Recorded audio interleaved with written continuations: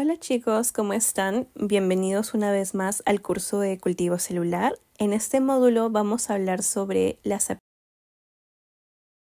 aplicaciones del cultivo celular en diversos ámbitos de la investigación y de la industria. En los anteriores módulos hemos podido explicar conceptos mucho más teóricos sobre las células y también metodologías que se utilizan normalmente para el cultivo celular, los materiales, equipos que necesitamos. Y bueno, ahora vamos a entender un poco más del por qué el cultivo celular es tan importante para la sociedad o la comunidad científica en general y qué rol cumple el cultivo celular dentro de la investigación y la industria. Es por eso que los objetivos de este módulo son los siguientes.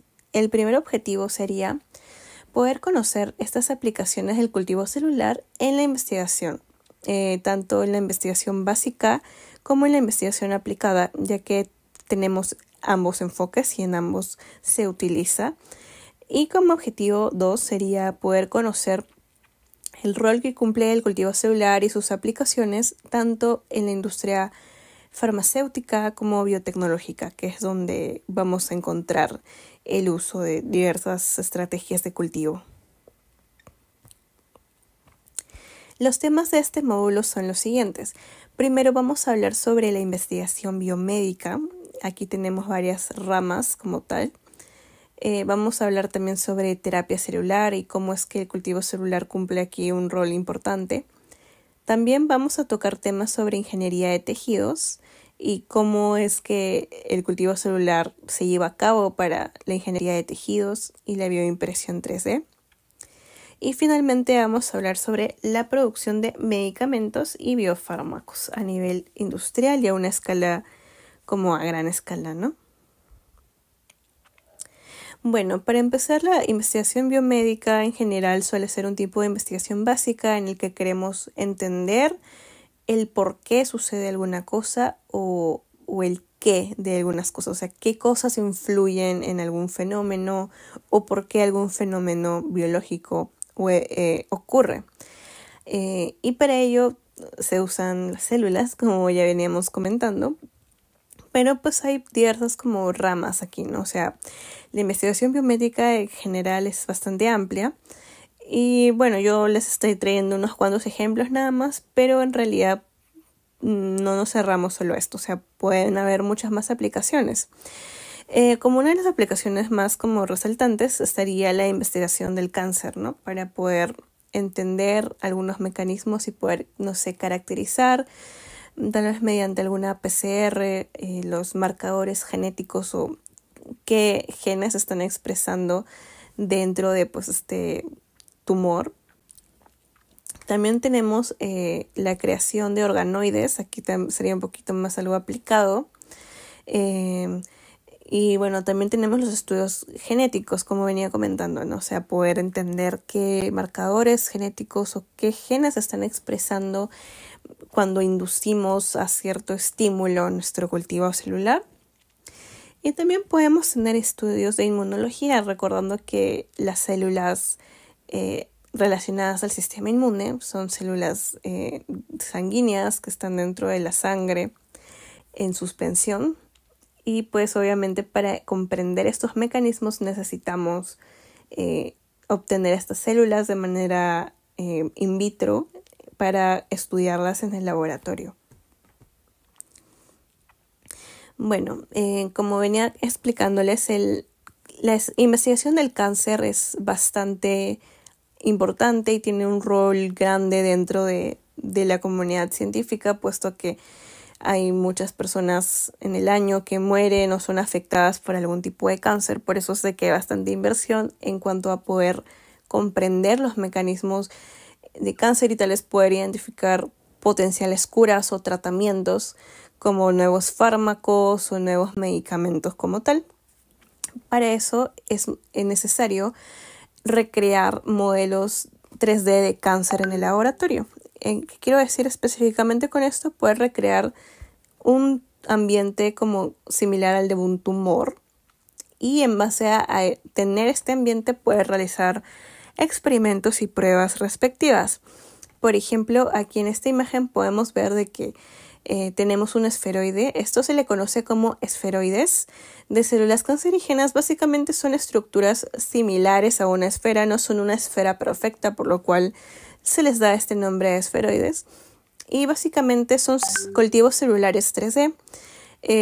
Todos los protocolos que hemos visto en los módulos anteriores están enfocados en el cultivo 2D, es decir, cultivo de células adherentes en superficies planas, como los que serían los frascos T25 o las placas Petri o los well plates. Pero aquí ya estamos hablando de un cultivo 3D, porque obviamente un esferoide ya no solamente está pues adherido a una superficie plana, sino que forma una estructura tridimensional.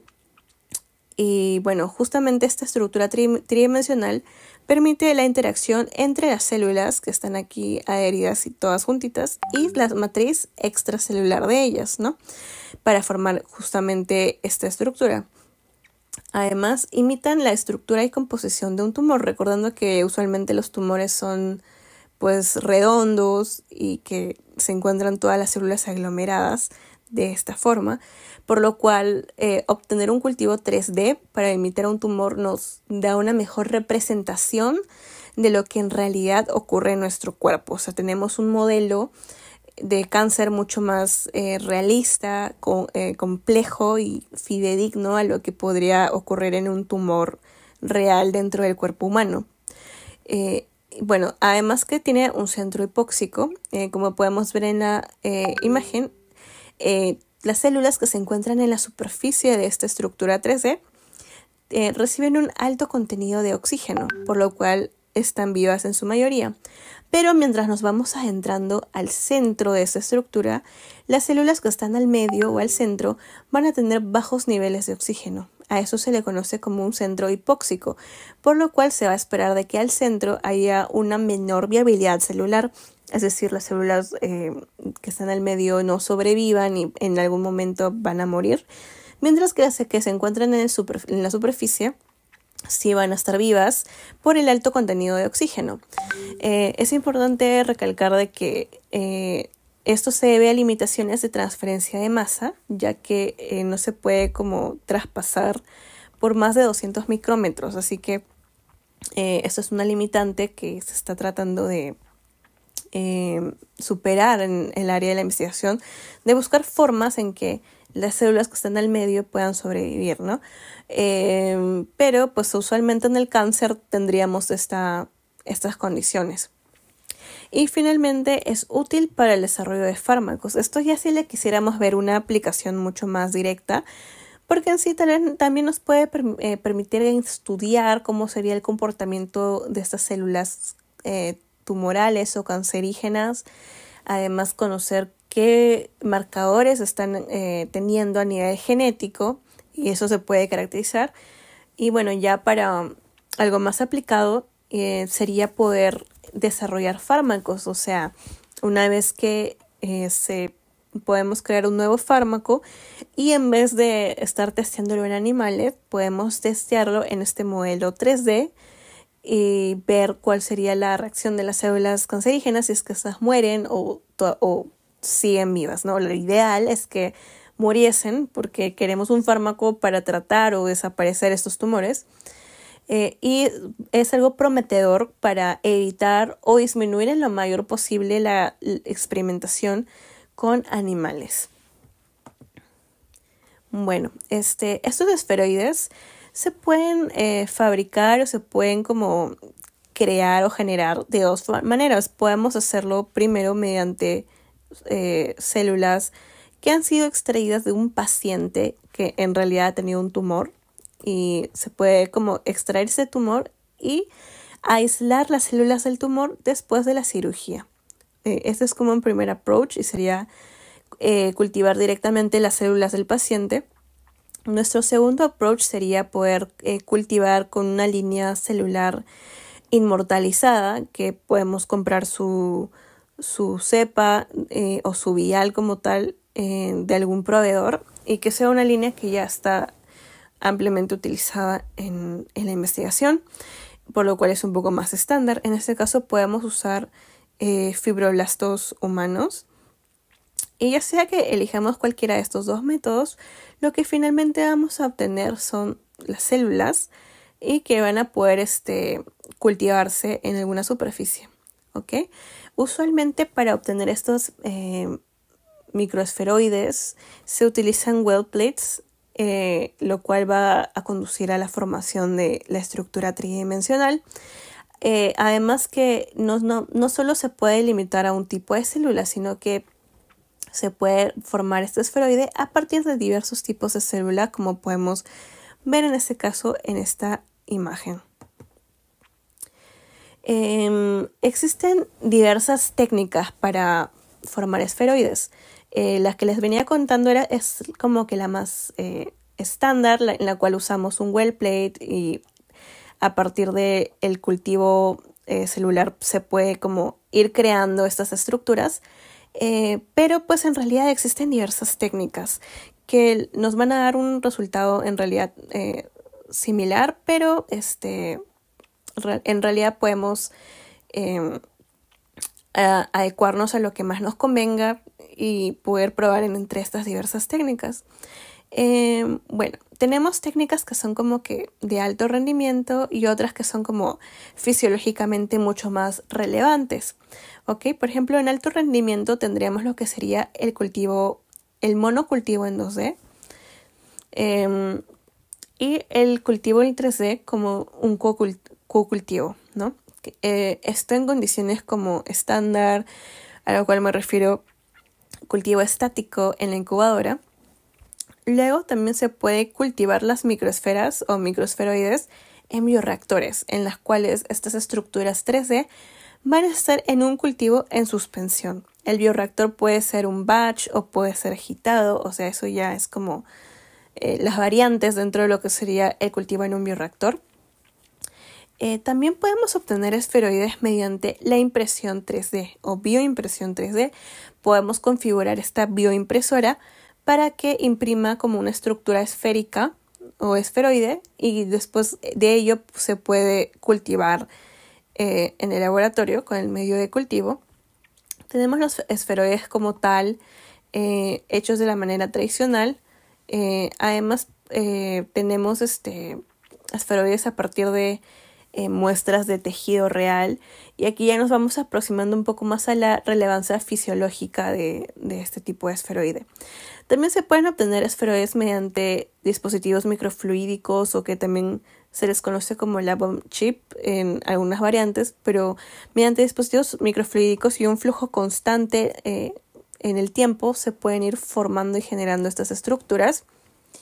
Y ya finalmente, no tanto como esferoides, pero si quisiéramos tener una relevancia a nivel fisiológico mucho más alta, sería trabajar directamente con modelos de animales, ¿no? Que van a representar mucho mejor las condiciones que también tendría el ser humano. Bueno, en sí, ¿en qué se basa el desarrollo de los esferoides de tumor? Pues como ya les venía comentando, ¿no? Era simular lo que sucedería en un tumor que efectivamente está en el cuerpo humano. Y bueno, ¿cómo es que se formaría en este caso, por ejemplo, con un dispositivo microfluídico? Como venía comentando, aquí vamos a tener un flujo constante a través de estos canales. Ese flujo va a tener células en suspensión en un medio de cultivo y luego con el tiempo se van a ir depositando en las diversas partes del dispositivo como tal y van a formar estos esferoides en diversas partes del dispositivo.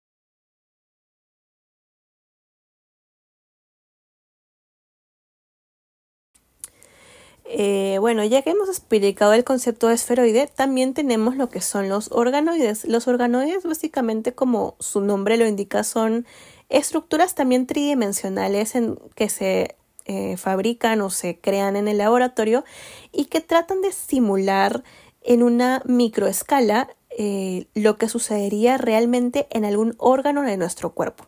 Pero obviamente en este caso sería en una microescala porque no estamos replicando toda la estructura del órgano, sino poder tener como un modelo lo suficientemente complejo que nos permita estudiar los órganos y poder también desarrollar algún tipo de tratamiento. Por ejemplo, en esta imagen tenemos lo que sería organoides tanto del cerebro, de los pulmones, de las glándulas mamarias, del hígado, del estómago, del intestino, y así podemos tener organoides de diversos órganos de nuestro cuerpo.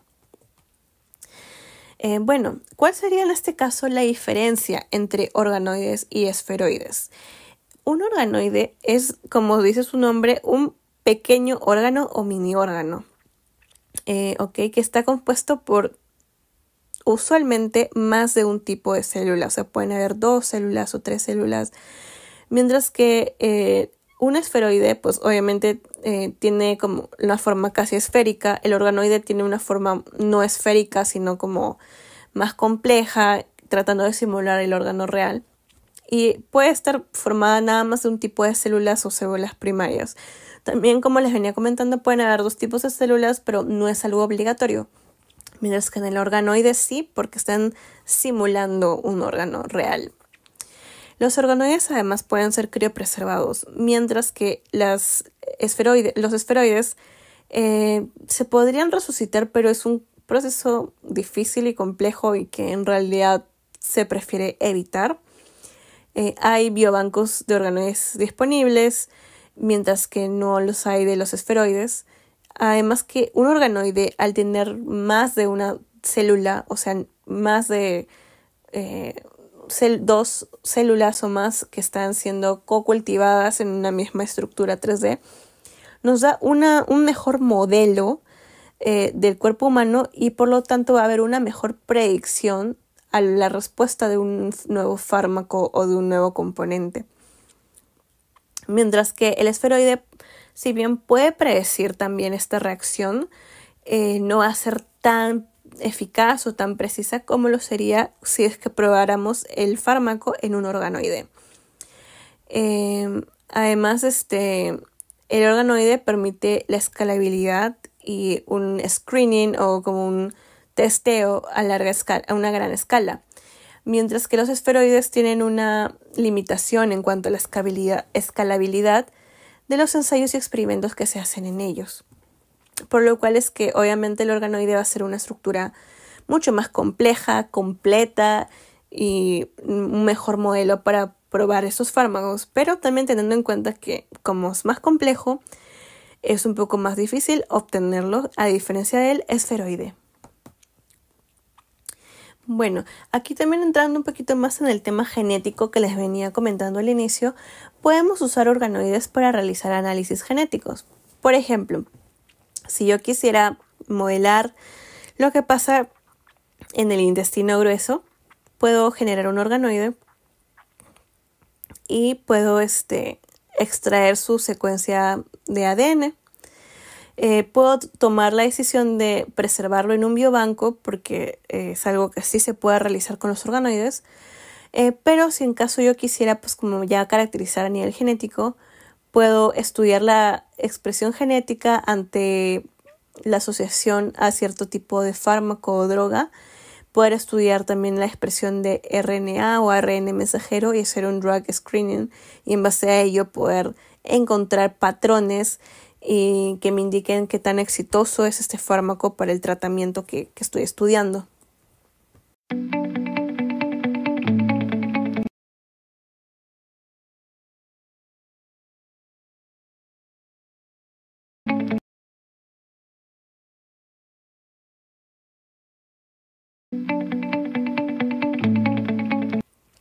Otra aplicación sería la terapia celular.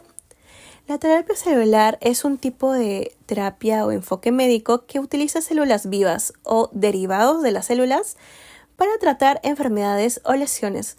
Básicamente esta es una rama de la medicina regenerativa, ya que como tal busca restaurar, reemplazar o regenerar la función celular en el organismo.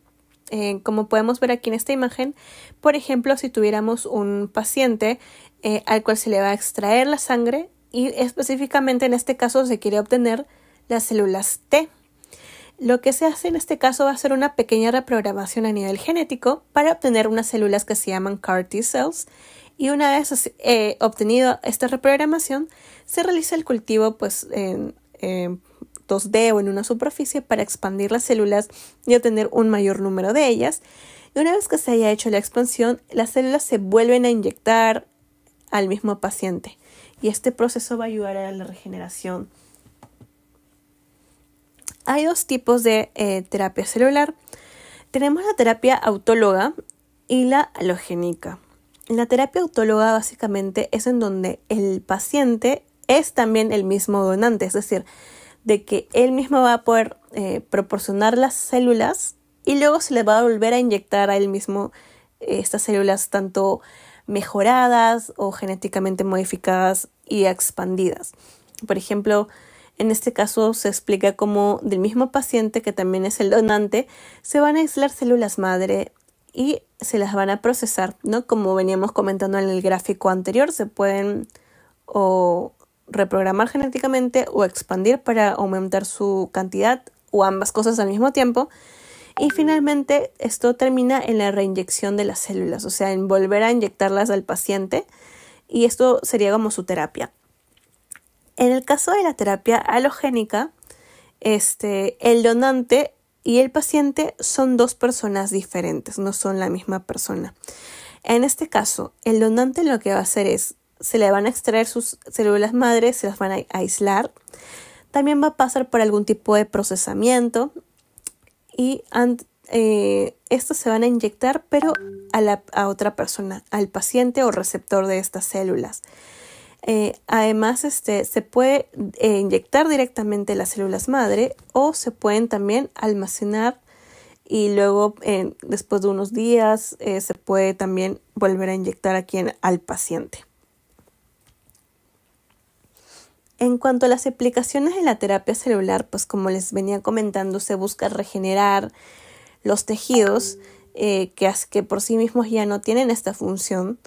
Y bueno, en este caso se puede utilizar para la regeneración de neuronas, de la piel, para tejido hepático del hígado. También se puede utilizar para regeneración de los músculos, de la médula espinal, de los huesos y cartílagos, por ejemplo, o del corazón. O sea, estas son como algunas de las aplicaciones que se tiene a nivel de regeneración.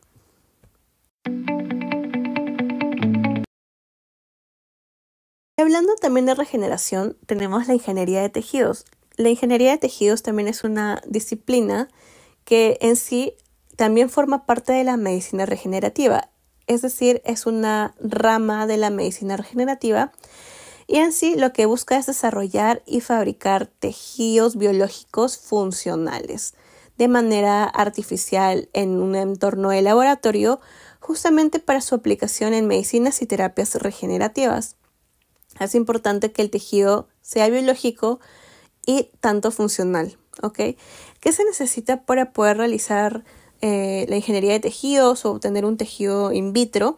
Pues obviamente necesitamos células, necesitamos un entorno tridimensional en donde las células puedan adherirse y crecer y madurar, que por lo tanto sería un andamio o scaffold, como también se le conoce en inglés, que básicamente está compuesto por uno o varios biomateriales que también por su nombre y definición son biocompatibles con el cuerpo humano y no causan rechazo.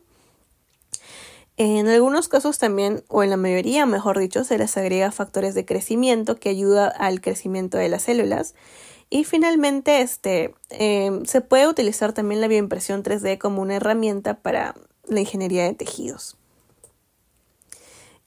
Bueno, como venía comentándoles, la ingeniería de tejidos requiere de varios componentes, pero pues en realidad lo podemos dividir en 3 componentes fundamentales, o en todo caso los 3 pilares de la ingeniería de tejidos, que vendrían a ser primero las células.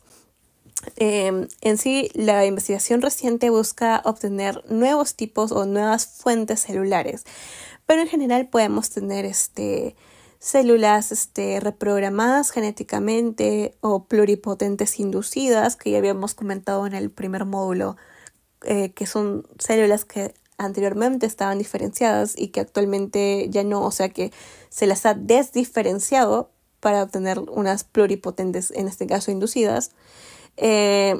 Cultivo celular in vitro de líneas celulares inmortalizadas que ya están ampliamente caracterizadas y utilizadas en los laboratorios, o células que están también cultivadas en algún bioreactor. Esto sería en cuanto al componente de las células. Luego tenemos el componente de los materiales, porque como venía comentando, es muy importante tener un scaffold o una estructura 3D en donde las células puedan adherirse y crecer, y obviamente esta estructura tiene que tener algunas características, como por ejemplo tener algún estímulo mecánico. Se puede incluir algún tipo de nanopartícula que nos dé propiedades interesantes. Se pueden añadir aquí mismo los factores de crecimiento o algunos factores de transcripción para un poco inducir el crecimiento de las células. Y como tercer pilar o componente tenemos lo que es la arquitectura. O sea, cómo es que obtenemos esta arquitectura o esta estructura tridimensional, bajo qué estrategia. Y pues tenemos dos como relevantes que serían, por ejemplo, la bioimpresión 3D, en la cual podemos diseñar el andamio y darle la estructura deseada, o en un método mucho más clásico y antiguo, el de celularizar órganos. O sea, por ejemplo, descelularizar un corazón de pollo, es decir, quitarle las células a este corazón y nada más quedarme con la matriz extracelular, la cual es rica en colágeno, proteínas, en donde las células pueden adherirse y crecer. Pero la desventaja aquí es de que si bien nos da una estructura 3D, no podemos nosotros diseñar, sino que ya estamos como sujetos a la misma estructura de este corazón o de este órgano descelularizado. Finalmente, con estos tres componentes vamos a obtener un tejido que ha sido producido bajo la ingeniería y que luego puede ser implantado en el paciente. Como venía comentando, una de las estrategias para obtener la arquitectura o la estructura 3D de este tejido es usar la bioimpresión 3D. ¿Y cómo es que las células participan en esta bioimpresión 3D? Bueno, lo que primero se hace es poder crecer o expandir las células en un frasco o en un flask, como los del T25, en una incubadora. Y pues hay dos formas de recolección, la directa y la sorted, mediante un equipamiento que se llama Cell Sorter, y luego la directa, que es como la que por lo menos yo tengo más conocimientos y estoy más familiarizada, que sería centrifugar la suspensión celular y luego poder obtener las células concentradas. Y, o sea, tengo tanto células como el pregel, o que sería en este caso la matriz en la que quiero que las células crezcan. Y al resuspender las células en la matriz o en el pregel, vamos a obtener una biotinta. Es decir, la biotinta sería la combinación en este caso de el pregel o de la matriz como tal más las células que quiero cultivar. Lo que se hace usualmente es una caracterización de la biotinta, es decir, primero corroborar que efectivamente las células se sienten a gusto creciendo en este tipo de material. Y una vez que se tiene eso, se puede usar para la bioimpresión 3D. Se puede poner algún tipo de jeringa, por ejemplo, y se puede extruir, en lo cual al momento de extruir por la jeringa vamos a obtener un tejido, o en este caso una estructura 3D, similar a la de un tejido humano, y se va a cultivar y suspender en un medio de cultivo, ¿no? Puede ser tanto en un petri dish o en otro tipo de frasco, y con lo cual finalmente se puede obtener o se puede en este caso preservar este scaffold 3D con las células. Además de que, bueno, hablando de cultivo celular 3D, hay diversos approaches o mecanismos o estrategias en las cuales podemos cultivar las células en estas estructuras de scaffolds que son tridimensionales, ¿no? Hay la forma de suspensión o que forced floating, en las cuales las células en este caso serían no adherentes, que están siendo cultivadas en una suspensión. Tenemos el hanging drop, que básicamente es poner como gota por gota y poder como suspender estas células y generar gotas, o sea, como estructuras como parecidas a gotas en donde haya una aglomeración celular y cultivarlas ahí, pero no están en completa suspensión, sino que aquí hay un tipo de estructura planar, en este caso un petri dish. También está la levitación magnética, en la que básicamente se cultivan esferoides que están en suspensión, pero que asimismo están como atraídos a un campo magnético mediante un plato o una placa magnética que está arriba. Luego tenemos como el cultivo 2D, el clásico, en el que nada más tenemos las células adheridas a la superficie, pero que en este caso vamos a tener 2 capas. O sea, sigue siendo un cultivo 2D, pero están las células en 2 capas, ¿ok? O sea, 2.